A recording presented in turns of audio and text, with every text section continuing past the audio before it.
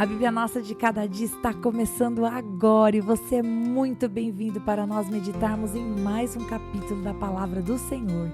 Aqui nesse canal, se você é novo, fique sabendo, todos os dias nós meditamos na Palavra do Senhor, nós lemos, compreendemos e aplicamos para as nossas vidas, porque Deus tem sempre algo novo para falar conosco.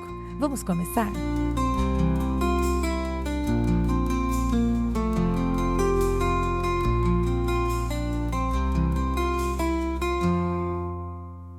E hoje nós iniciamos o nosso estudo, a nossa meditação no Evangelho de João. E o Evangelho, meus queridos, fala de boas novas. E qual é a boa notícia? Bom, a boa notícia é que Jesus Cristo nasceu, morreu e ressuscitou para cumprir o propósito do Pai de criar entre eu, você e o nosso Deus um caminho. O Senhor Jesus veio para restaurar, o Senhor Jesus veio para nos dar nova vida, um novo e vivo caminho até o Pai. Mas nós não temos apenas um evangelho, nós temos 4 evangelhos. 4 diferentes autores no Novo Testamento, inspirados pelo Espírito Santo, trouxeram para nós os escritos que nos permitem conhecer Jesus e conhecer as suas obras e conhecer os seus ensinos. Assim como o Antigo Testamento vai trazer para nós a escrita dos profetas que previram, que viram da parte de Deus que haveria um Messias, que viria habitar, que nasceria no nosso meio, os evangelhos vão dizer para nós que essa profecia aconteceu. Quando ela aconteceu, quais foram os detalhes. O Evangelho de João não é um evangelho chamado de sinótico. E quando eu falo sinótico, significa dizer que Mateus, Marcos e Lucas, eles vão apresentar os ensinamentos de Jesus mais ou menos com fatos que concordam entre si. Já João, meus queridos, que foi o último evangelho a ser escrito, João vai apresentar para nós milagres que não aparecem relatados nos outros evangelhos, como, por exemplo, a água transformada em vinho, que a gente vai ver lá em João capítulo 2, do versículo 1 ao 11, a cura do paralítico de Betesda, que a gente vê em João capítulo 5, do verso 1 ao 16, a cura do cego de nascença, que a gente vê em João, do versículo 1 até o 38, e vamos dizer assim, o mais importante de todos, porque foi um milagre público, vamos falar dessa maneira, que foi a ressurreição de Lázaro, que a gente vai ver em João capítulo 11, do versículo 1 até o 44. Uma outra coisa interessante para nós mencionarmos, fazendo uma diferenciação entre os outros evangelhos, é que cada evangelho foi escrito com um propósito. E o propósito de João foi apresentar para a gente Cristo como Filho de Deus. E durante todo o livro, queridos, nós vamos ver que Jesus recebe vários nomes. Então, por exemplo, Jesus é chamado de o Verbo de Deus, logo no começo, em João 1:1. Depois ele é chamado de o Cordeiro de Deus, como nós vemos no capítulo 1, verso 29. Depois Jesus ele é chamado de Messias, como a gente vê no capítulo 1, verso 44.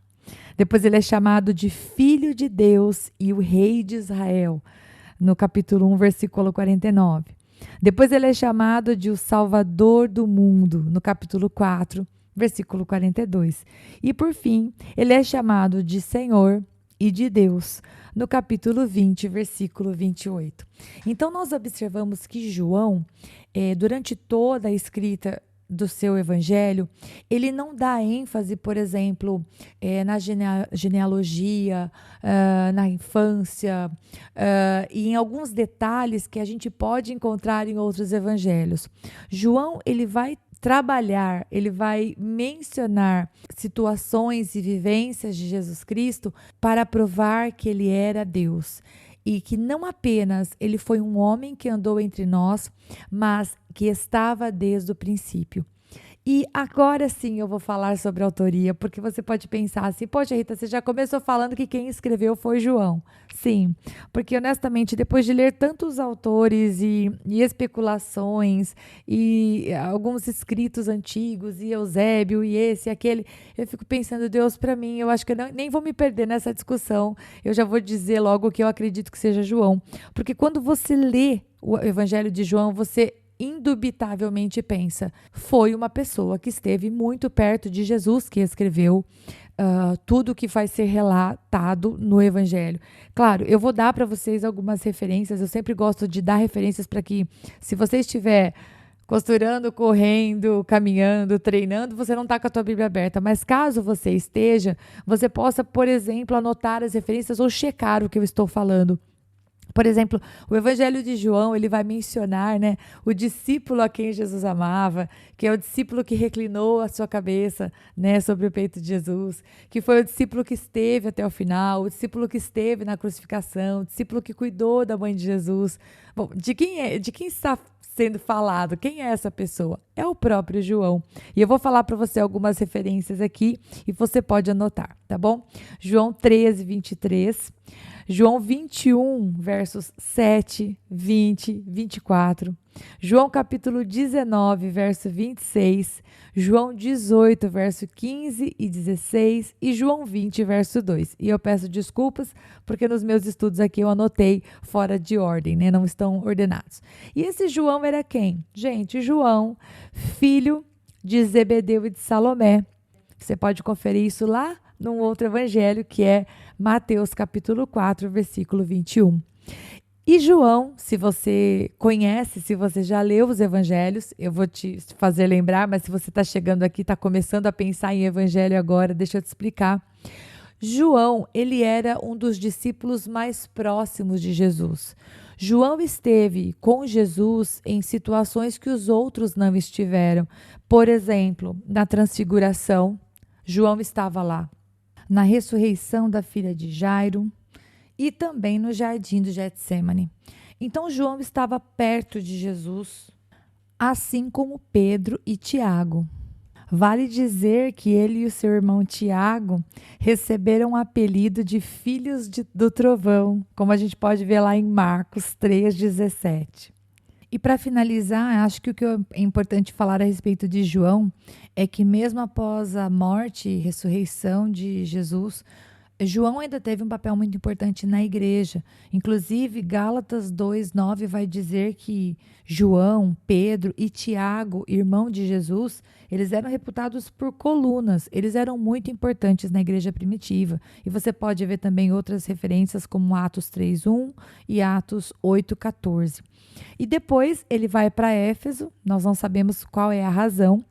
E por último, ele é exilado na ilha de Pátimos, como nós vemos em Apocalipse 1:9. João foi exilado na ilha de Pátimos e foi de lá que ele escreveu o livro de Apocalipse. Mas hoje nós não vamos falar de Apocalipse, nós vamos falar apenas do Evangelho de João. E as últimas duas coisas que eu quero mencionar antes de nós terminarmos esse episódio é a data da escrita. A maior parte dos autores acreditam que João foi escrito em torno do ano 90 depois de Cristo. E faço menção de que pelos registros é apontado para nós que João foi o único apóstolo que morreu de morte natural. Todos os outros foram martirizados. Agora sim, para finalizar, eu quero falar sobre o propósito desse livro. O próprio João, o próprio autor, vai dizer para nós qual é o propósito, e é assim que nós terminamos esse episódio. O propósito está lá em João capítulo 20, verso 30 e 31. Eu não quero ler apenas o 31, então eu vou ler desde o 30. Olha só, ele diz assim, João diz assim: na verdade, fez Jesus diante dos discípulos muitos outros sinais que não estão escritos neste livro. Agora sim o verso 31. Estes, porém, foram registrados para que creiais que Jesus é o Cristo, o Filho de Deus, e para que, crendo, tenhais vida em seu nome. Portanto, João, ele vai relatar o seu evangelho, as suas boas novas, ele vai falar a respeito de Jesus, para que, uma vez que nós conheçamos aquilo que Jesus Cristo fez, os seus sinais, os milagres, a gente creia que Jesus é o Messias, ele é o Cristo prometido e que é o Filho de Deus. E que uma vez que nós tenhamos perfeita fé, perfeita convicção de que ele é o Filho de Deus, nós venhamos a ter vida através do seu nome. Então, durante todo o evangelho, o propósito de João é nos apresentar o Messias, o Cristo, que não apenas habitou na terra, mas que estava presente desde o princípio com Deus, porque sempre existiu. Essa jornada vai ser maravilhosa. Eu espero que você tenha ficado até o final. Compartilhe essa introdução com alguém que você quer convidar a meditar a respeito de Jesus e vamos embarcar nessa jornada que eu tenho certeza que vai aproximar o seu coração de Deus e vai abrir os teus olhos para realidades que ou você esqueceu ou que você nunca teve conhecimento. Deus te abençoe e até a próxima, se Deus quiser.